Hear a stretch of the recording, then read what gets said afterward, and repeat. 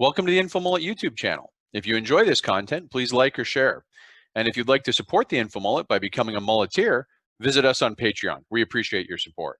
But big news in national security for Hong Kong. For those who don't know, July 1st is not only Canada Day, go Canada, it's also the commemoration of the turnover from from Britain to China of the Hong Kong. So, quick historical backgrounder for those who don't know.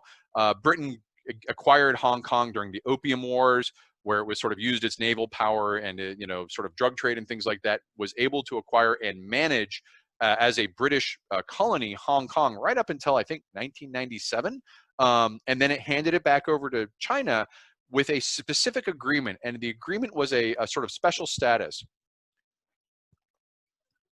And that special status was that Hong Kong, even though it was part of China, would be treated administratively closer to the British system, higher freedoms for the people, more political representation. It's why Hong Kong has had this weird status both politically and economically. It has its own currency. It has its own forms of government that are not the same as in China. It's been given this special status as a condition of this handover agreement. And what's been happening in the last 5 years, really, since the Umbrella Revolution, and I think 2014, but really accelerating last year, is efforts by China to begin cracking down on those freedoms. And so last year, throughout the whole summer, around this time, literally this time last year, they were storming the parliament. A security law was put in place or proposed, it hadn't even passed. It was proposed that Hong Kong dissidents criminals could be removed from Hong Kong and tried in China. The original case, I've got a whole thing on this in the Dictator's Dilemma, wasn't even a political dissident. It was a murder suspect from Japan that prompted the whole law in the first place. But China took advantage of this opportunity to basically say, hey, we want to be able to try Hong Kong citizens in China. That caused all the protests that happened over the summer and the fall, led almost to a state of almost insurgency between the protesters and the police. For Hong Kong, which is not a violent place, very, very violent type things. That, I mean, for US, that'd be like the 7-Eleven on Wednesday night. But for Hong Kong, very violent.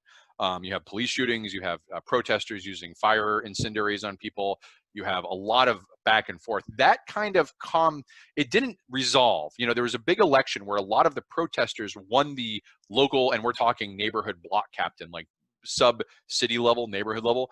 They won a lot of those positions. And then COVID happens and the whole thing kind of goes into slumber.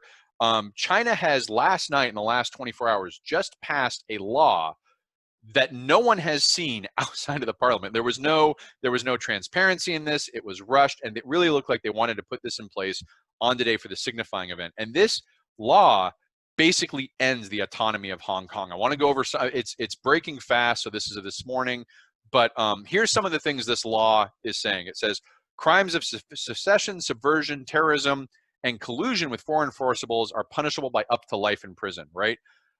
So of course, what is foreign collusion? It's whatever China says it is, right? Subversion, terrorism, secession, these are all ways to suppress freedoms in the protest. Companies or groups that violate the national security law will be fined and could have operations suspended. This is a warning shot. There are lots of private sector companies that operate in Hong Kong as a way to get safe access into China because the Hong Kong legal system has more in common with Britain. This effectively ends that. This really risks the economic status of Hong Kong as a place you go to do safe business with China because the legal protections are now effectively gone. Damaging certain transportation vehicles and equipment can be considered an act of terrorism. This is to make sure that like subways and police cars and things like that. Anyone convicted of violating security legislation will not be allowed to stand in Hong Kong elections. This is a big suppression tactic that you see. We were talking about Ethiopia. You see in Ethiopia and countries where we use criminal punishments to prevent people from standing in elections. And then what you do is you round up all the dissidents and you charge them with a crime under this national security law, and all of a sudden none of those people can run for election. They're pretty much barred from government.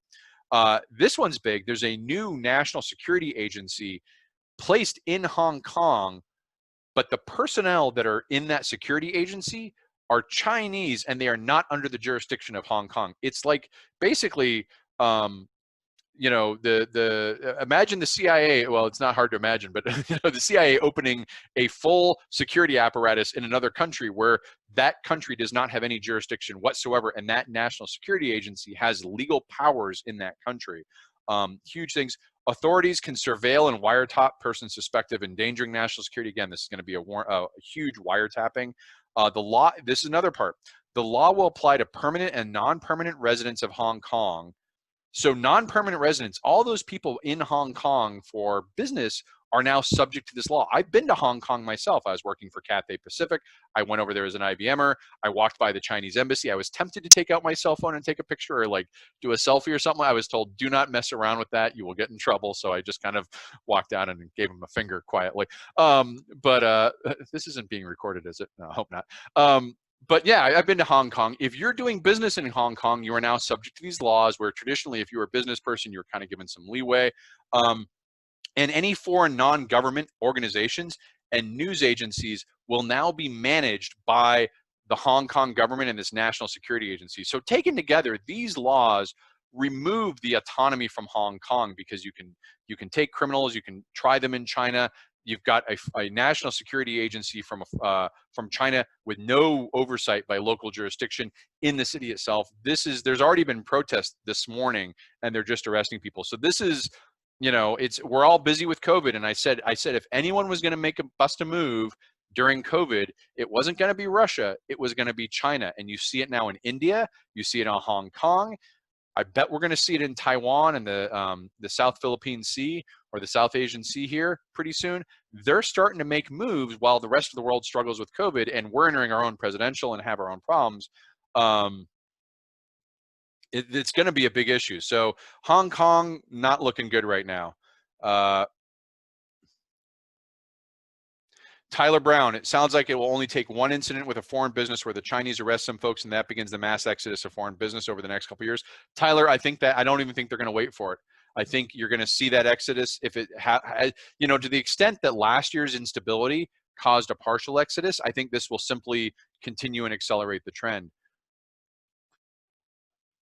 And what's interesting from a geopolitical standpoint is two of the biggest financial capitals in the world were Hong Kong and the city of London. And both of these in the last year have had major structural changes that disincent companies from basing there for the benefit of the financial. Hong Kong has had this instability and pressure from China, now these national security laws. The city of London is, of course, part of England, which is part of the United Kingdom, which is no longer part of the European Union. So I don't know where everyone's going to go. I mean, if I were in the financial world, which I'm not, I'm like, where are these people going? Are they going to New York? Are they going to Paris? They're probably not going to Moscow. Even more so, the general trade, there's a lot of trade that occurs that is fulfilled from China, but occurs in Hong Kong. Where is that going to go now?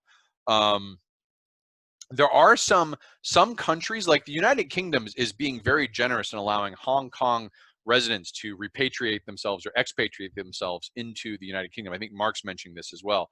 But that's sort of I'm getting out of Dodge. That's not available for everyone, and it doesn't help the people who are staying unless you can, you know, supply them with funds or whatever. Thanks for watching the video. Hope you enjoyed it. If you'd like to follow the InfoMullet, visit us on Facebook or Twitter. And if you'd like notifications when we post new video content, click on the red subscribe button below the video. If you've ever wanted to become a mulleteer and support the InfoMullet, visit us on Patreon. We appreciate the support.